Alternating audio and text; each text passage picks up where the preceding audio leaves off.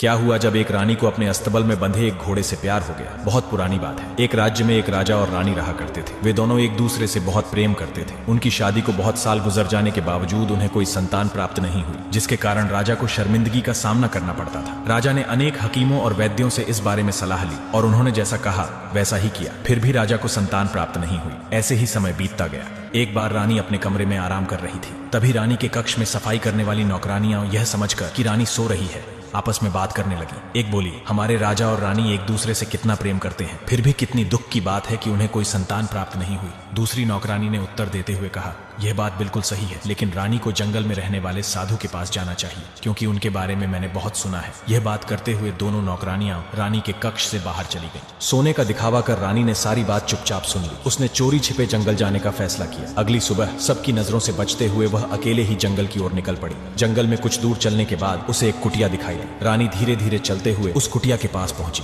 तभी उसने देखा कि कुटिया के बाहर एक तपस्वी संत ध्यान मग्न बैठा हुआ है। रानी ने उन्हें प्रणाम किया और अपनी परेशानी बताई, लेकिन वह तपस्वी रानी के रूप और यौवन को देखकर मोहित हो चुका था। वह अब किसी भी प्रकार रानी को अपना बनाना चाहता था। उसने रानी की मजबूरी का फायदा उठाते हुए कहा, मैं तुम्हें पुत्र प्राप्ति का वरदान दे सकता हूं, पर इसके लिए तुम्हें मेरे साथ एक रात बितानी होगी। ये सुनकर रानी के पैरों तले जमीन खिसक गई। उसने क्रोध में कहा, तू तपस्वी हो ही नहीं सकता, तू तो एक पाखंडी साधु है जो दूसरों की मजबूरी का फायदा उठाता है। रानी के मुख से पाखंडी शब्द सुनकर तपस्वी आगबूला हो गया। उसने कहा, तुम मेरी शक्तियों से अब तक अनजान हो। मैं तुम्हें श्राप देता हूँ, तुम्हें पुत्र तो मिलेगा, लेकिन वह राजा से नहीं बल्कि एक घोड़े से उत्पन्न होगा। रानी ने तपस्वी की बात पर ध्यान नहीं दिया और राजमहल की ओर निकल पड़ी। जब वह राजमहल पहुंची तो राजा ने उसे देख लिया और पूछा, रानी तुम कहाँ गई थी? आज मैंने तुम्हें सारी जगह ढूंढा, लेकिन तुम नहीं मिली। रानी ने झूठ बोलते हुए कहा, मैं अपनी सहेलियों के साथ घूमने गई थी। राजा ने कहा, ठीक है, तुम तैयार हो जाओ, आज मैंने अपनी 9वीं सालगिरह की खुशी में दावत रखी है। आज हम सभी साथ बैठकर खाना खाएंगे। रानी खुशी से तैयार होने के लिए चली गई। कुछ देर बाद दावत शुरू हुई। राजा और रानी ने खुशी खुशी उनके लिए लाया गया केक काटा। फिर सभी राज्यों के राजाओं ने अपनी ओर से लाए गए उपहार राजा और रानी को देना शुरू किए, जिनमें बहुत सारे धन, जवाहरात और अनमोल हीरे शामिल थे। इसी बीच एक राजा ने एक बहुत ही अच्छी नस्ल का काला बेहतरीन घोड़ा उपहार स्वरूप दिया। दावत शुरू हुई। सभी लोगों ने मिलकर खाना खाया।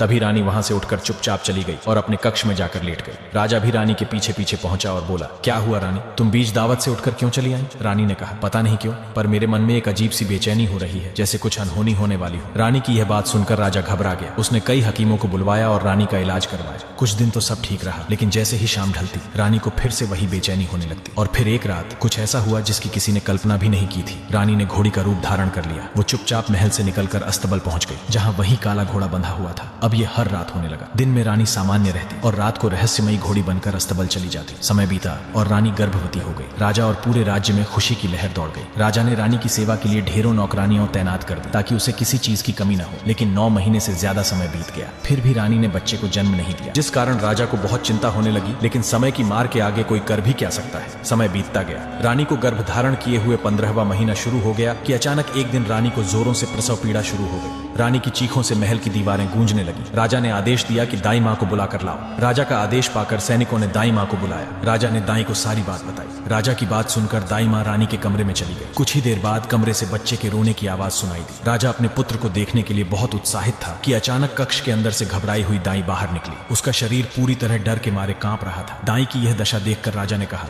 दाई तुम इतनी घबराई हुई क्यों हो, और रानी का स्वास्थ्य कैसा है? उसने पुत्र को जन्म दिया है या पुत्री को? यह बोलकर राजा दाई के मुख की तरफ देखने लगा, लेकिन दाई के मुख में तो जैसे दही जम गया हो। वह कुछ बोल ही नहीं रही थी, बस डर के मारे कांप रही थी। दाई के कुछ न बोलने पर राजा ने कमरे में जाने का फैसला किया और वह कमरे में चला गया। राजा हैरान रह गया। उसके पैरों तले जमीन खिसक गई और वह वहीं बेहोश हो गया।